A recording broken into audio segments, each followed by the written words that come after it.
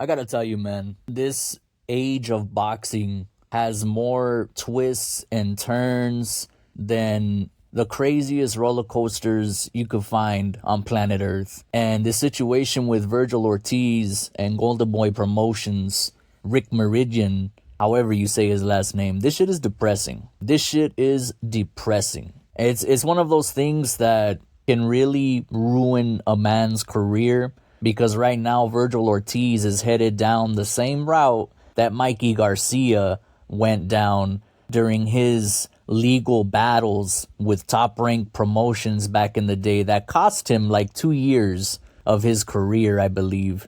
And he came back, won a fight or two, and then cashed out against Errol Spence. And right now, Virgil is looking like the Mikey Garcia of the modern age. I don't know if modern age is the right way to put it. I mean, that Mikey Garcia situation really wasn't even that long ago. I feel like it was just yesterday when he fought Errol Spence and everybody was like, bro, this is a gargantuan mismatch. You got, Mikey looking like a midget next to Errol Spence, but whatever. I mean, he held his own in the fight. He lost every round. I remember him batting his gloves together over and over in every single round. I'm like, what was that for? But Virgil is heading down the same path, and it's depressing because Virgil had so much upside. He had so much potential. And it's look at I'm talking about him in the past tense. Like if he's already finished, he has so much potential, but this legal battle is just gonna be crazy. So he's going to contest it. The courts have already ruled in favor of Oscar De La Hoya and Goldenboy Promotions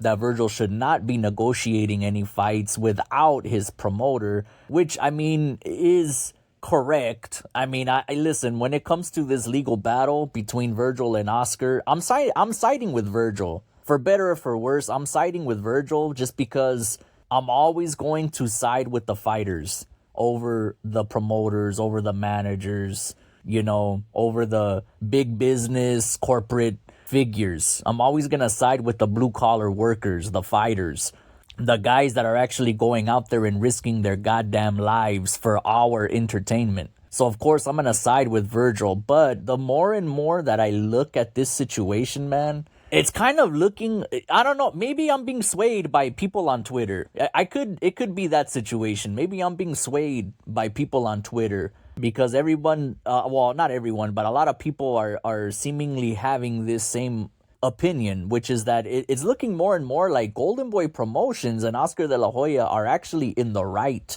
in this situation. Because again, it's just, how are you as a fighter not going to negotiate for a fight without your promoter? And instead, you're going to have this, sharp-tongued manager of yours try to basically do the work of a promoter. I mean, listen, I am not business savvy at all, especially in terms of boxing business. So I could not tell you what a boxing manager versus what a boxing promoter's individual jobs are specifically. I mean, I have a very face value understanding. To me, a boxing promoter is the promoter that promotes the fights. It's self-explanatory. He promotes the fights, but it goes deeper than that. He has matchmakers in place that, scout other fighters and set up the matches, and the promoter signs off on it with the fighter. They offer them a contract and they move forward and promote the fight. Whereas the boxing manager, to my understanding, is the one that basically goes over all of these terms and makes sure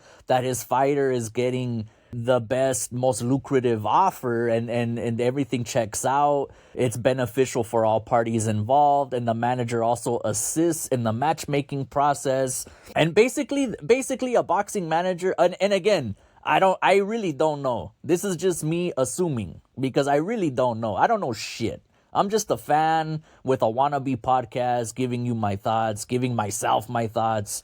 I mean, so I really don't know. This is what I'm assuming. So I'm assuming that the boxer's manager is he's like an agent that's just going to review all of the contracts that the promoters and matchmakers set forth for the fighter, and he's going to make sure that everything is adequate and up to par with the fighter's standards. And, Virgil Ortiz, listen, man, I am a huge fan of Virgil. I truly believe that this man has the potential to be great in this sport. But he's not no Manny Pacquiao. He's not no Canelo Alvarez. And neither is Boots, for that matter, mind you. Like, this fight is not like in wrestling terms, a WrestleMania main event. Okay? This is the opener of a WrestleMania, maybe. This is an undercard, a mid-card fight. This isn't like Pacquiao Mayweather 2 at the Sphere in Las Vegas. This ain't Canelo Crawford, Canelo Golovkin, Canelo Cotto. This is a very high-level mid-card fight that could main event a DAZN non-pay-per-view card. Of course, they're going to put it on pay-per-view, but I'm just saying, back in the day, bro, when HBO boxing was around, when Showtime boxing was around, bro, this wouldn't even be a pay-per-view fight. Virgil Ortiz versus Boots Enos would be on HBO World Championship Boxing, on regular HBO, not on HBO pay-per-view. That's how boxing was back in the day. It was the real deal. You know what I mean? Like, these guys have not built themselves up to be these, crazy pay-per-view stars that take crazy negotiations to make a fight happen. You got legal battles going on now and shit. And like, come on, man.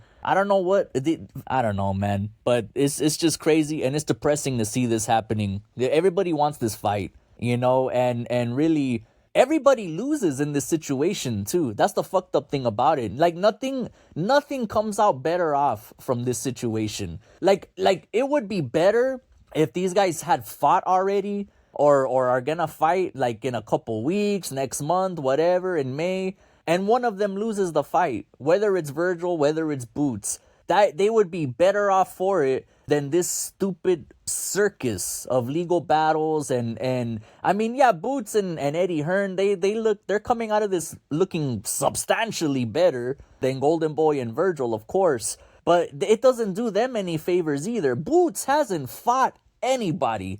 And I know people throw around the Stanionis win. Oh, he beat Stanionis. That's literally being generous, bro. That's the only solid fighter on Boots' record. Bro, Ortiz's last 3 opponents, Madrimov, Bohachuk, and Lubin, all could probably beat Stanionis. They could all beat probably the majority of people on Boots' record, on his resume. The man hasn't fought nobody. So they're not looking good in this situation either.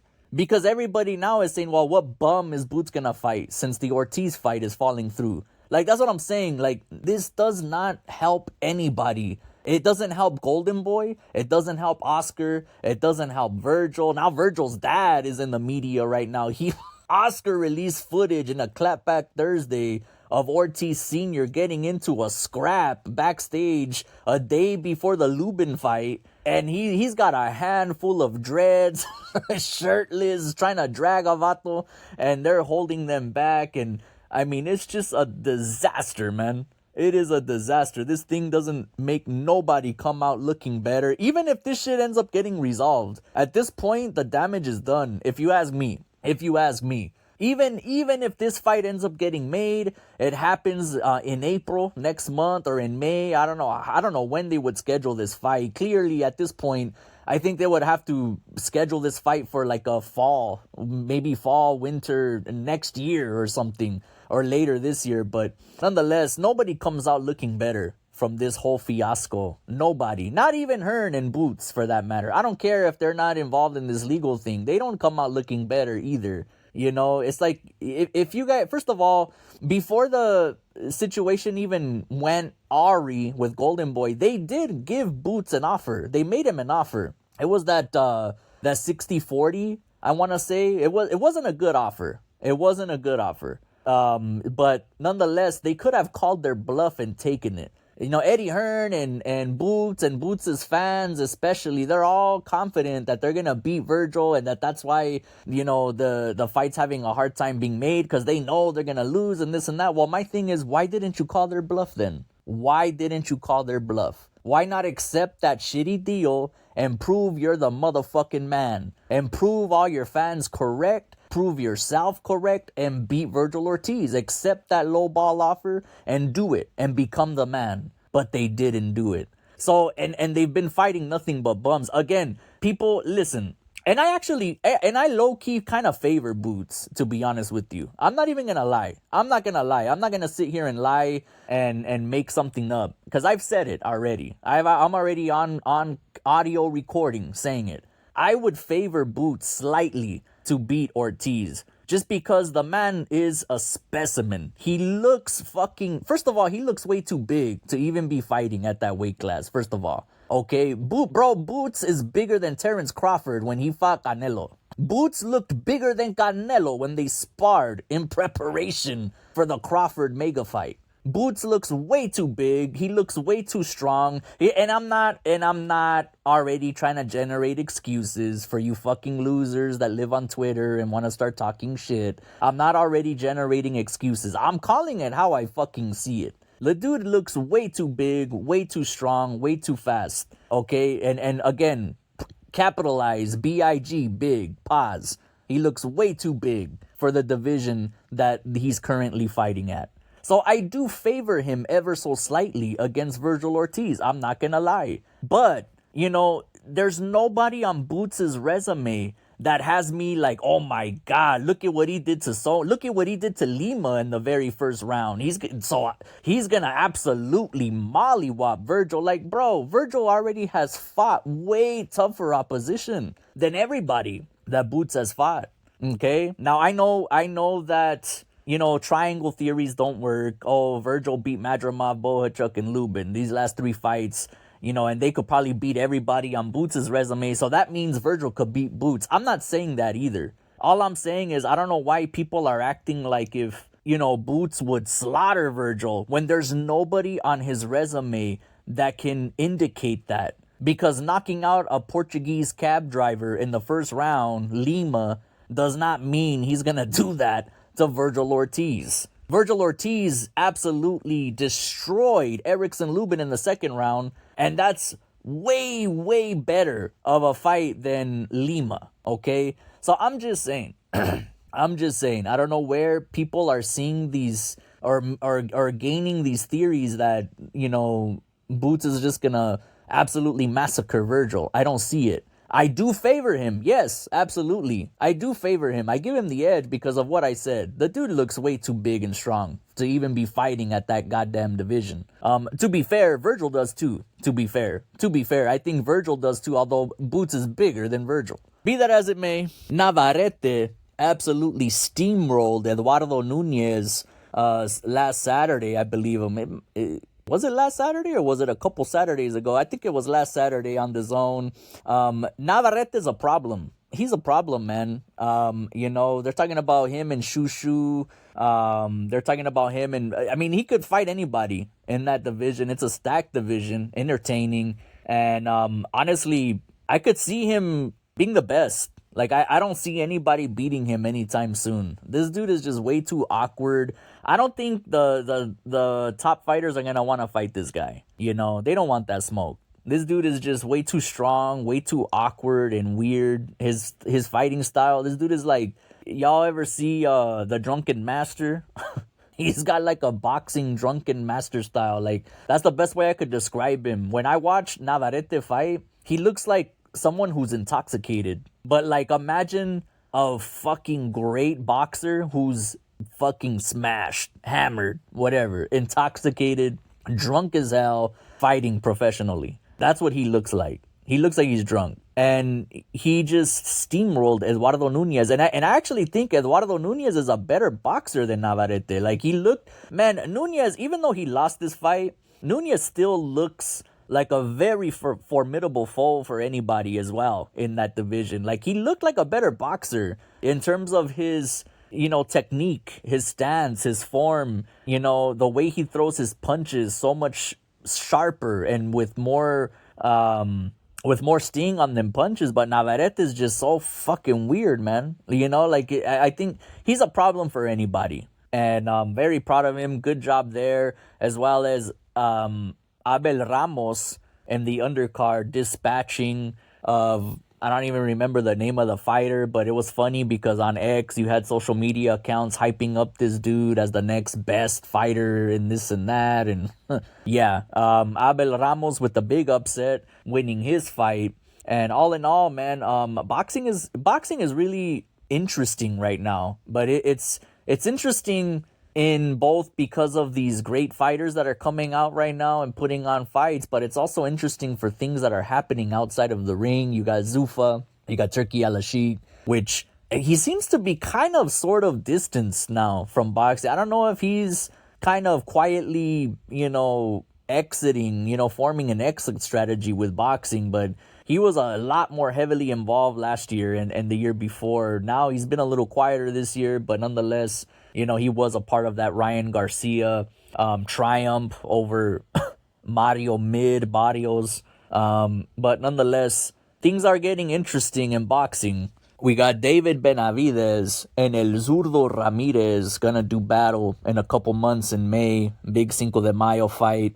And I said it on social media. I'm gonna say it again right here. I really believe that David Benavidez has bitten off more than he can chew with this fight. You heard it here first. You could quote me on that. And if I'm wrong, I'm wrong. Oh well. Cry me a river. Oh my God. I got a prediction wrong. Oh my God, what do I do? I don't give a fuck. If I'm wrong, I'm wrong. But mark it. You heard it here first. I really think that David Benavidez has bitten off more than he can chew against El Zurdo Ramirez. People need to realize, yes, Benavidez is big and strong. Zurdo is bigger and stronger than Benavidez. Now, one big advantage that Benavidez is going to have, though, is his speed. His hand speed is just, it's ridiculous. For a man of his size, he should not have that kind of hand speed. So, that's a little hack that he has at his disposal. That's a little cheat code he has at his disposal. But I think El Zurdo Ramirez is not going to be phased by punches from David. I think Zurdo, people